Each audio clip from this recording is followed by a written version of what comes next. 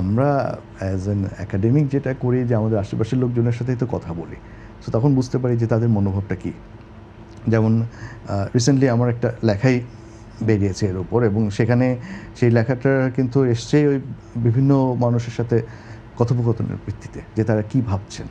তো এখন ইমিডিয়েট যেটা করা দরকার, এবং আমি ওখানে উল্লেখ করেছি যে ইটস নট যে ট্যাক্স কমাতে হবে অথবা ইটস নট যে বড় কোনো ফাইন্যান্সিয়াল বেনিফিট দিতে হবে, বাট ইমিডিয়েট যেটা দরকার সেটা হচ্ছে সে যে একজন ট্যাক্স পেয়ার সেইটা আইডেন্টিফাই করে তাকে অ্যাটলিস্ট রেসপেক্টটা দেয়া, এবং তারপরে আস্তে আস্তে সিস্টেম ডেভেলপ করা যে সে যেন কিছু ফ্যাসিলিটি, মানে তার ফিউচার যেন আনসার্টেন না হয়। সে যখন মানে সারা জীবন আমি ট্যাক্স দিয়ে গেলাম, তারপর যখন আমার চাকরি নেই তখন আমি জানি না আমি কোথায় যাব। সো ওই আনসার্টেনটা থেকে যেন সে কিছুটা প্রোটেক্টেড থাকে। অথবা মানে এবং অনেকেই অভিযোগ যেটা করেন যে আমরা এত টাকা ট্যাক্স দেই, কিন্তু তারপরে যদি হঠাৎ একটা বড় কোনো অসুখ হয়, একদম সেভিংস যা থাকে সব শেষ, একদম রাস্তায় পড়ে যাই। এখন তো সেভিংসেও ট্যাক্স দিতে হচ্ছে। সেভিংসেও ট্যাক্স দিতে হচ্ছে।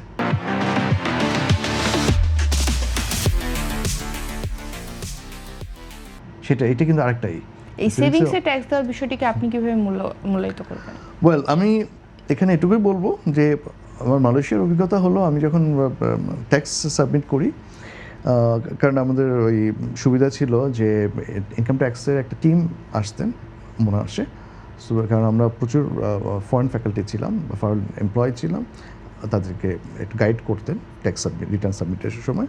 সো আমি ফার্স্টবার যখন দিই আমি বলেছিলাম যে আচ্ছা আমার ব্যাংকে কিছু এফডিআর আছে মালয়েশিয়া? হ্যাঁ, মালয়েশিয়াতে, কারণ ওখানে তো ব্যাংক অ্যাকাউন্ট ছিল। সো হয়তো একটু সেভিংস হলে তখন একটু এফডিআর করে রাখতাম, কারণ ওখানে এটা ইটস এ কমন প্র্যাকটিস, হ্যাঁ, যে এফডিআর করা, কারণ যেহেতু আমরা বিদেশি আমরা তো লং টার্ম ইনভেস্টমেন্টে যাব না। সো এটা ঠিক আছে, এফডিআরে কিছু আসবে। তো তখন তারা বললো যে দেখো তুমি ব্যাংকের যা টাকা আছে, এফডিআর থাকুক, ক্যাশ থাকুক, যাই থাকুক, সেটা অলরেডি ব্যাংক ট্যাক্স দিয়ে দিচ্ছে।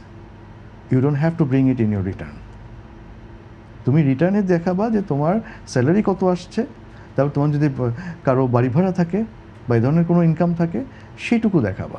ব্যাংক, ফরগেট অ্যাবাউট ব্যাংক, ব্যাংকেরটা সরাসরি ব্যাংকে ইনকাম ট্যাক্সকে দিয়ে দিচ্ছে, এটা তাদের issue. That's the perception in Malaysia. আমি শুধু এটুকু বলবো। আর সেই জায়গায় আপনি কি এ ধরনের পরিবর্তন বাংলাদেশে চান?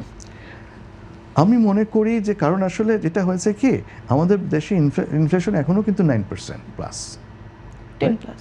নিয়ারলি 10%। আমরা আলটিমেটলি কত মানে যে ইন্টারেস্টটা আসছে তার উপর আমরা আলটিমেটলি কত ডিডাক্ট করছি, যার কারণ আমরা অলরেডি ইনফ্লেশন হচ্ছে 10%, তারপরে আমরা সরাসরি ব্যাংক থেকে নিচ্ছি 10%, এরপরে যে ট্যাক্স ল্যাবে আছে সেই, তার মানে কি যদি কেউ 30% ট্যাক্স ল্যাবে থাকে সে কিন্তু 30% ট্যাক্স দিচ্ছে, ইনফ্লেশন 10%। সো তার মানি তো আসলে ইটস নট গ্রোয়িং। আপনি যখন ব্যাংকে এফডিআর রাখবেন তখন তো আপনার টাকা তো বাড়ছে না আসলে। এই ট্যাক্সটা যখন টোটাল ট্যাক্স ক্যালকুলেট করব, টাকা কিন্তু কমে যাচ্ছে। তখন হবে কি, এটা হবে মানুষের সেভিং টেন্ডেন্সি কমে যাবে। সো সেভিং টেন্ডেন্সি কমে গেলে না ফিউচারের জন্য এটা খুব রিস্কি।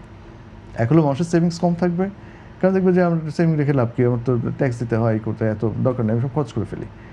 দ্বিতীয়ত হলো প্রাইভেট সেক্টরে ইনভেস্টমেন্ট ক্যাপাসিটি কমে যাবে, because saving is the investment capacity for private sector.